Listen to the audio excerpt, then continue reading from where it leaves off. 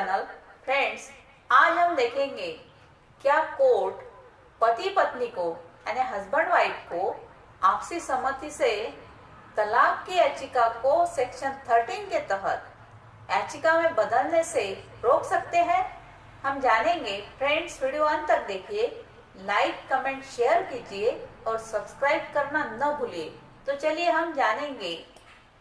Bombay high court की Aurangabad bench ने family court के 2017 के आदेश को बरकरार रखा, जिसमें मुंबई के एक चिकित्सक को यानी डॉक्टर को अपनी तलाक की याचिका को आपसी सहमति से तलाक के लिए एक संयुक्त याचिका में बदलने के लिए अपनी सहमति वापस लेने की अनुमति दी गई थी। अब अलग हुए पति ने न केवल काउंसिलर के समक्ष बल्कि पारिवारिक अदालत के समक्ष भी तलाक की शर्तों पर सहमति व्यक्त की थी, लेकिन न्यायाधीश की पीठ ने कहा कि उसे अपनी सहमति जारी रखने और आपसी सहमति से तलाक के लिए आगे बढ़ने के लिए मजबूर नहीं किया जा सकता है, यदि वह सहमति की शर्तों से सहमत होने के बाद भी ऐसा नहीं करना चाहता है। अब पार्टियों ने अप्रैल 2012 में शादी के बंधन में बंध गए थे, लेकिन वैवाहिक कलह के कारण वे मार्च 2013 से अलग रहने लगे। 3 साल बाद डॉक्टर ने परित्याग के आधार पर तलाक की याचिका दायर की, लेकिन वह अपनी याचिका को आपसी सहमति से तलाक के लिए एक संयुक्त याचिका में बदलने के लिए सहमत हुए। जब जून 2017 में पति पत्नी को तलाक की कार्यवाही में अपनाई जाने वाली प्रक्रिया के हिस्से के रूप में फैमिली कोर्ट काउंसिलर के पास भेजा गया था। अब इसके बाद दंपति ने निपटान की शर्तों को अंतिम रूप दिया और काउंसिलर के समक्ष सहमति शर्तों को दायर किया और हस्ताक्षर किए। पारिवारिक अदालत ने यानी फैमिली कोर्ट के समक्ष भी सहमति शर्तों पर हस्ताक्षर करना स्वीकार किया।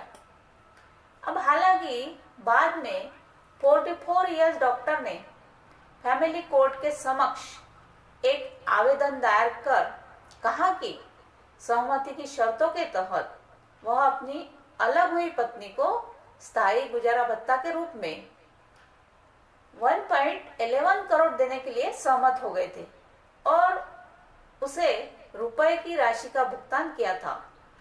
अब 25 लाख, लेकिन उसके लिए शेष राशि का भुगतान करना मुश्किल था और उस आधार पर उन्होंने अपनी सहमति वापस लेने की मांग की। अब फैमिली कोर्ट ने उन्हें आपसी तलाक के लिए सहमति वापस लेने की अनुमति दी, जिससे उनकी 36 इयर्स पत्नी को उच्च न्यायालय का दरवाजा खटखटाने के लिए प्रेरित किया, जहां उन्होंने तर्क दिया कि नियम और शर्तें मैरिज काउंसिलर के समक्ष तय की गई थी और फैमिली कोर्ट के समक्ष विधिवत प्रस्तुत की गई थी। अब सभी व्यवहारिक उद्देश्यों के बाद याचिका की धारा 13B के तहत यानी सेक्शन 13B के तहत कार्यवाही की जानी चाहिए थी।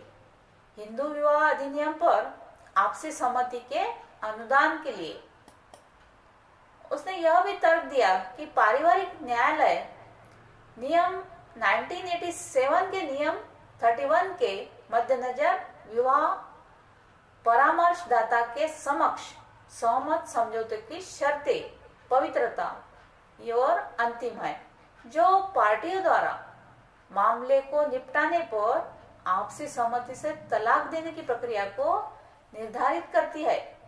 मैरिज काउंसिलर के सामने और सहमत शर्तों के अनुसार फैमिली कोर्ट को तलाक का डिक्री देने की आवश्यकता होती है।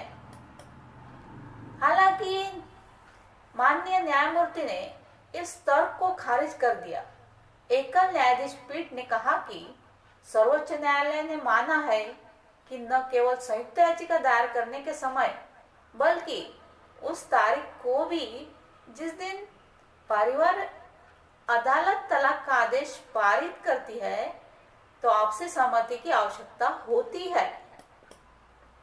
अब न्यायालय ने कहा कि यदि मामले में पक्षकार तलाक के लिए याचिका को अधिनियम की धारा 13B के यानी सेक्शन 13B के तहत परिवर्तित करने के लिए सहमत हो गए हैं तो केवल इन शर्तों पर हस्ताक्षर करने से परिवार न्यायालय को निर्णय सुनाने का अधिकार नहीं मिलेगा और आपसी सहमति से तलाक की डिक्री पर भी धारा 13B की यानी सेक्शन 13B की और कठोरता अभी भी सामने आएगी, जिसमें अधिनियम की धारा 13 सेक्शन 13 सब सेक्शन 2 के तहत चिंतन के लिए 6 मंथ का समय शामिल है, जैसा कि श्रीमती सुरेता देवी के मामले में निर्धारित किया गया है। सो फ्रेंड्स, ये थी जानकारी। Thank you.